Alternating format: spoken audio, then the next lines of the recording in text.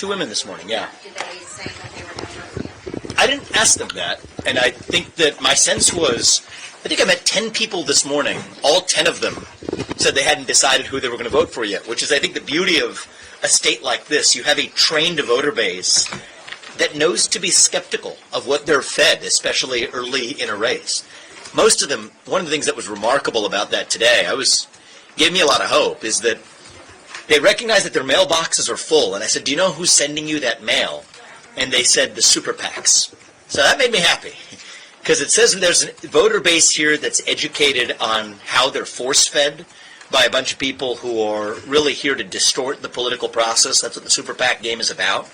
But the antidote to the super PAC puppetry, the antidote to the super PAC corruption, is New Hampshire going first in the primary and Iowa going first in the caucus. Because there you have we have a trained base of voters who understand to be skeptical of what the establishment feeds them and is eager to make an independent choice and judgment. And so that gives me hope, not only for our candidacy, more importantly, hope for this country, that despite all of the corrupting influences that are designed to distort what voters actually hear, when you have a voter base here that understands their civic responsibility and independently exercises it, that's right now the best antidote that we actually have. And so it's part of why we're going to continue spending a lot of time in this state. But you have your own super PAC candidate, so how would you change the campaign finance system to take the influence? So my view is that the system should be changed to make sure that $3,300 per primary and $3,300 per general election is truly the only amount that you can give in order to be able to expressly support a candidate. If there are independent entities that want to express their opinions on issues, it's absolutely the right. I respect free speech and open debate in this country. Those are even certain of the restrictions applied to non-super PAC independent entities as it exists. So I think that's the solution we should apply. If it relates to candidates in any way, you should play by the rules that we have set up to avoid corrupting influences on the process. I also don't just believe in waiting until I'm the president to drive change. I want to lead at every step of the way. I've raised my hand, and I'll do it again today, saying that I will publicly call on any super PAC supporting me to give money back to those mega donors, to say I'm not going to show up at your events if they're raising money or whatever, as long as the other main candidates in this Republican primary, the Ron DeSantis's, the Nikki Haley's, the Tim Scotts of the world, do the same thing. And I'm prepared to lead the way on that. So far I've heard deafening pin drop silence in response to that offer.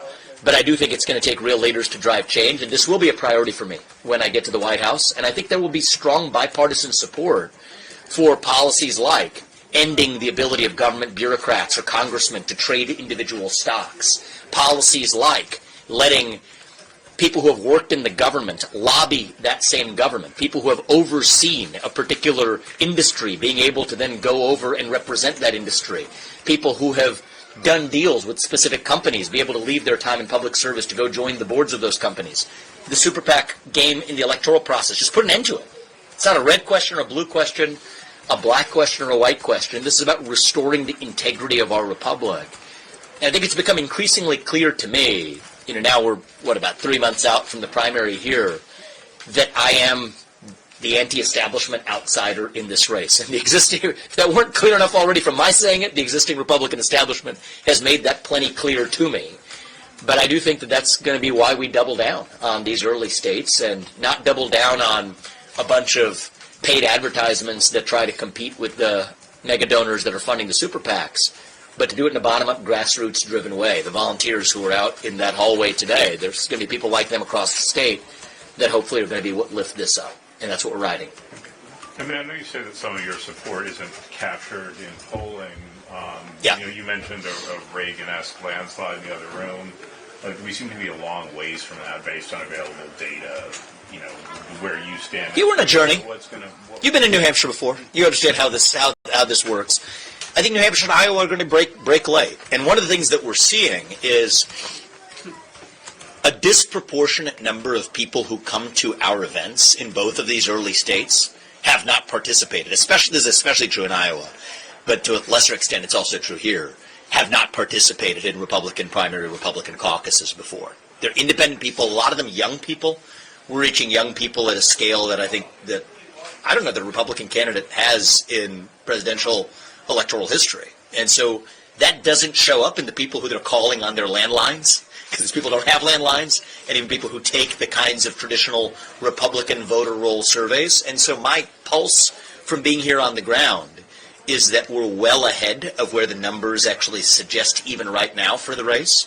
Keeping in mind, as somebody who started at 0.0% in March. And so I'm very confident that we're on a path to be the nominee. I'm not taking it for granted. That doesn't belong to me, and thankfully it doesn't belong even to the powers that be within the Republican Party, at least not entirely. It belongs to the voters of this country. And so my job in the next few months is making sure every possible voter in this state and in the other early states know who I am and what I stand for. And if after knowing all of that they decide to go for somebody else, I'm at peace with that. But I'm up against a broken and I think corrupt super PAC infested system that's designed to stop me from doing that. And I think we're going to do our job to make sure we succeed nonetheless. Did you listen to President Biden's remarks in Israel today? I did not hear his remarks today. Okay. What if you were visiting Israel as the president on this day? What would be the message you would have? So I'm happy to take a section on this relating to the New Hampshire electoral dynamics on this, but I do think that I'll give you a short answer to this, and then we can, in the coming days, I do expect to be sharing my perspectives on what needs to play out here. I think there's a lot of wheels spinning in the United States, a lot of histrionics, where a lot of U.S. politicians are talking about support for Israel as an abstract concept, yet one of the key inputs into that decision are what exactly are Israel's objectives? What does victory look like? And so I think it is unhelpful histrionics for politicians here to throw up their hands and say we want to support Israel, achieve victory before defining what victory looks like. And so as U.S. President, one of the things that I would focus on in my discussion with Bibi, were I the one having it instead of Biden, is having a clear understanding of what Israel's own view is on that. And then I have detailed views as a partner and a friend, and learnings that we have in our own country from having been through national disasters of our own. And yes, somebody who has an interest in making sure that Israel has a maximal ability to defend its national self-existence, as a partner and a friend, would share my thoughts on that. But most importantly of all, we have to understand what Israel's own objectives are. And until then, I think a lot of the discussion here is superfluous and is unhelpful. Vivek, if you're taking office in 2025, there's a war in Ukraine, war in the Middle East, the potential for a war in Taiwan. Does that make you pause in any way to deploy the military against Mexico to stop the fentanyl from coming over if we know the United States may be drawn around the globe? Well, I've said very clearly on the Mexican front, and I visited the southern border last week. I was here in the northern border just within the last couple of weeks as well. The best border policy is to first eliminate the incentives that people have to come here. End funding for sanctuary cities. End birthright citizenship for the kids of illegal migrants, something that the 14th Amendment was never designed to cover. Think about putting yourself in the position of a migrant. What's the cost of coming? What's the probability of success? And what's the upside? We have to increase the cost. We have to reduce the probability of success and reduce the upside. And then I would go one step further and use the military to seal the southern border itself and get on the phone with Mexico to talk about how we can partner with them to allow Mexico to regain its own sovereignty from the Mexican drug cartels that are themselves increasingly in bed with China. That, I think, is going to be a successful approach. But what I've said is I'm not going to take any option off the table as it relates to protecting the American homeland. More broadly, in answer to your question, Adam, is I believe I am the presidential candidate in this race who has offered a clear vision of realist foreign policy that will keep us out of World War III. I think we are dangerously marching our way closer to World War III by the day. I think that is a direct consequence of poor U.S. policy choices and poor leadership. And I think what we require is a leader who is disciplined about recognizing that the purpose of American foreign policy should be to advance the interests of Americans here in the homeland. And so I will avoid World War III. I will declare economic independence from China. We depend on our number one adversary for our modern way of life. That'll end on my watch. And then I will protect this homeland, something that the foreign policy establishment of the last 25 years has badly failed to do when it comes to border defense, when it comes to cyber and super EMP defenses, when it comes to nuclear missile defenses. I have long talked about the equivalent of an Iron Dome in the United States, space-based defense systems. Those are essential to protecting this homeland, and that's something that the neocon liberal hegemonic worldview that's dominated the foreign policy of both parties for the last 25 years has completely missed.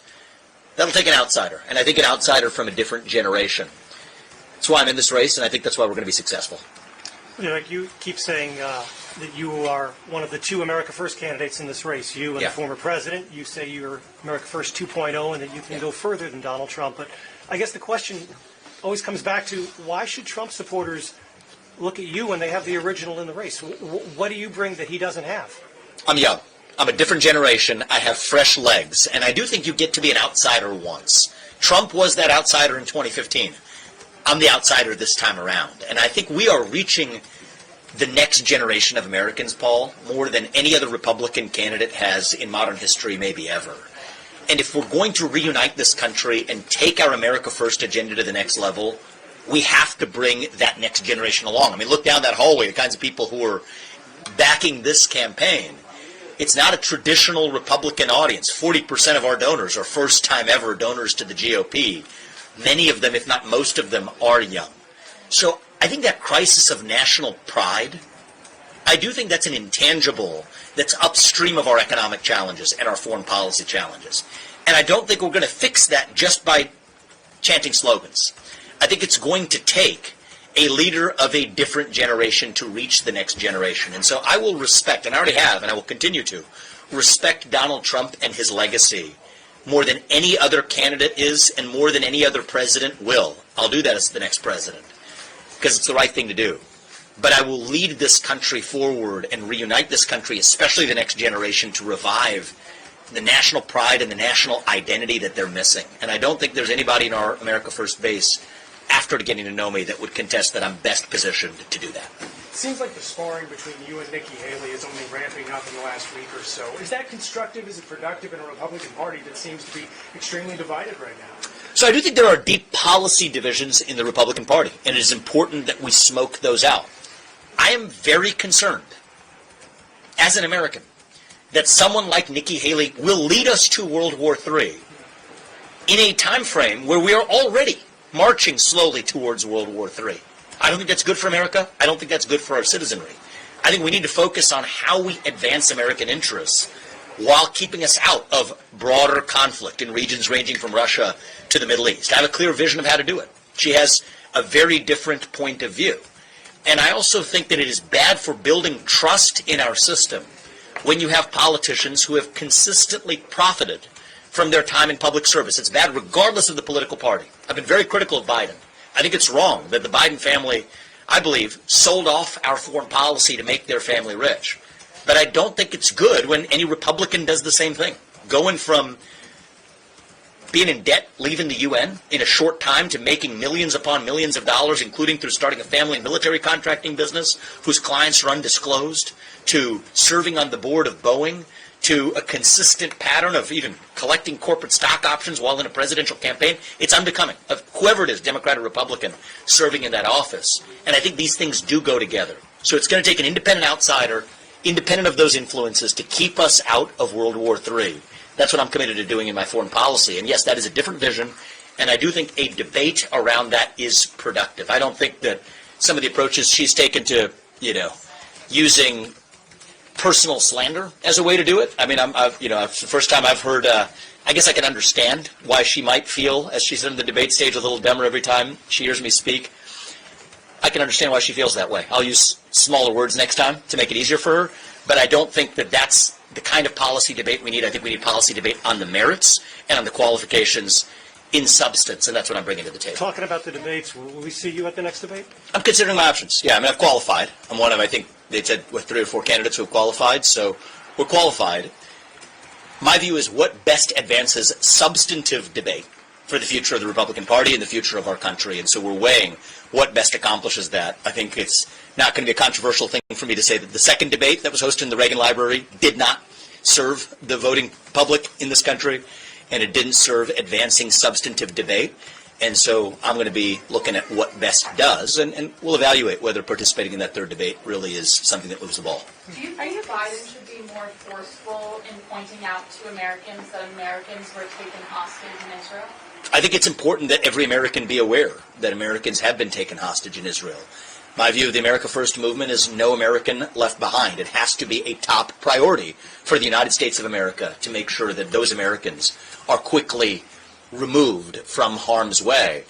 As I said earlier in response to Adam's question about the super PACs and otherwise, or maybe it's your question, Kevin, I say the same thing. I don't want to wait until I have assumed office to make my version of change. So, I've lived the American dream. Our family foundation, my poor and I were proud to support a charter flight of over 200 seats that got Americans out of harm's way in Israel. So we're going to do everything we can inside or outside of politics. But I do think that for me, the America First movement means no American left behind. And why do you think the U.S. needs an Iron Dome? What's that? Why do you think the U.S. needs an Iron Dome? I think the U.S. needs the equivalent of an Iron Dome is what I've said, because Russia has hypersonic missile capabilities ahead of that of the U.S. We're vulnerable to new threats on our homeland. Those hypersonic missiles can reach the United States of America today. We're badly vulnerable. And I think that we have a foreign policy establishment that has spent our national defense budget on everything basically other than defending the homeland, which should be the top use case for that money. Can you tell us more about this flight out of Israel, and what is your family foundation called? Yes, the Ramaswamy Charitable Foundation. It was actually organized by a congressman whose efforts that we supported via a nonprofit. I think it was called Operation Rescue or something to that effect. And we just looked around to see who was doing useful work on the ground. Give a lot of credit to who's a congressman? Corey Mills, right? Corey Mills, but there was a group of people that worked with him, but I'd probably give him the credit for leading the way on this effort. So his efforts, we were proud to support that, and getting as many flights sponsored as they've been trying to get. We sponsored one of them, and I was proud to be able to do it. Thank you. Back to electoral stuff for a second. Are you worried at all that RFK Jr.'s independent bid will siphon away votes from the GOP? I'm not worried about siphoning from one party or another. I do think it is a shame that the Democratic Party did not create the space for the kind of debate that I think could make the Democratic Party itself stronger. So it's a free country. He's free to pursue his independent bid, and I don't begrudge him for that. I've spoken to him a few times over the course of the campaign. He and I have our disagreements on policy, from climate change to racial justice or otherwise, but I respect him for being somebody who's willing to at least stand for free speech and the basic principles of free expression and preventing the weaponization of financial markets and the weaponization of the justice system. He hasn't been as vocal on that last one as I would like. But you know what, for somebody who ran on the Democratic ticket, standing up to an orthodoxy in his own party, I respect that. And in many ways, I see some parallels with my own struggles in standing up to the orthodoxy within a Republican Party, many in the establishment not wanting to hear me speak. But I'm working within the Republican Party and expect to succeed, and he's free to decide whatever way he's going to best accomplish his objectives. I don't think that it is a viable way to win the presidency, but I do think it is a viable way for him to have some impact on the process, and so I wish him well on that. Will ending birthright citizenship create an army of stateless people in the United States? And if you look at Israel and stateless people there, an intractable problem for Israel. Do you see? Do you look forward to the United States having something similar? So I think that mass deportation of anybody who is in this country illegally has to be the correct answer to their country of origin or the last country of safe passage. The asylum laws have been badly abused. People who have come through countries with safe passage should never be able to be eligible for asylum in the United States, among other categories that have abused that system. So my view is that we have to do what's right on the timescales of history, not just on the timescales of short-run convenience. And I do think that if I'm the U.S. president and I've got two young sons in the White House, it'll be difficult for me to look them in the eye and tell them you have to follow the rules when the government doesn't follow its own rules. And so I'm going to lead accordingly, in accordance with the rules that we have set up, both in the Constitution and in the laws of this country. And I do think that the country that put a man on the moon absolutely can feasibly both seal our borders and deport people who are in this country illegally. Do it humanely, do it with compassion, do it with respect, but do it in a way that stands for the rule of law. Yes, I do believe that's possible. How do you create that conversation, though, in Congress and get a divided Congress to actually have productive conversations and pass a law? Well, look, I think there are certain things the U.S. president can do, period. Standing for the rule of law right now, much of this I put at the feet of Mayorkas and others. Technically, we have a Remain in Mexico policy. They're just not following it. I was on that southern border, what was it, last Friday? Last Friday, was it? late last week, whenever it was. The days are blending together, but we were in the northern border of New Hampshire, then we went to, it was late last week, we were on the southern border. And I have never in my life seen a larger scale, organized, carefully orchestrated violation of the law by our own government. It was jarring to see. When people come into this country, the good people on that southern border, they're just doing their job. They're doing what their higher-ups told us to do. I respect each and every one of them for making the sacrifices they're making as individuals. But we have a Department of Homeland Security, Customs and Border Patrol under this administration that are facilitating the large-scale violation of the rule of law. That's wrong, and that can end on my watch as U.S. President without asking Congress for permission or for forgiveness. Then we have actually the momentum of having demonstrated those results for the American people that give us the real tailwind to achieve some legislative victories as well. And that's different than most presidents have done it. Most presidents try to drive their legislative agenda first. It's designed to move slowly. It's designed not to be successful because you can't promise what several hundred congressmen on Capitol Hill are going to do. I'm going to go in the reverse direction, starting with the change I can drive in my capacity as the leader of the executive branch of the government, where a lot of the cancer rests today. And I think that's going to give us a tailwind early in our first year, such that by year 2, we're going to achieve legislative victories on a scale that most presidents have already run out of steam by the time they get to year 2. So that's how we expect to run things. One final question, and then we're going to go. You're all welcome to join us for, as far as I know, at least you're as long as I'm full, welcome to join us at Tandy's across the street. Still no speaker in the House of Representatives. They're on another vote. What's your reaction to that, and are you worried that if this continues for much longer, it might have negative repercussions for your party? I think Jim Jordan would be a good choice for Speaker. I do think that part of the reason, I've said this since day one, and I'll say it again, we in the Republican Party are just going to continue spinning our wheels and running circles and chasing our own tail until we first answer the what and the why. What do we stand for? Why do we stand for it? Forget the who. Kevin McCarthy or somebody else. Ronna McDaniel or somebody else. We obsess over these things. Donald Trump or somebody else. It doesn't matter until you first answered the what and the why. What do we stand for? Why do we stand for it? And so a lot of the hang-ups around individual speakers relate to things like, do you want to club up funding for Ukraine and pair that with border funding or funding for Israel or otherwise? We have to first sort out what are our principles as a party for how we run Congress.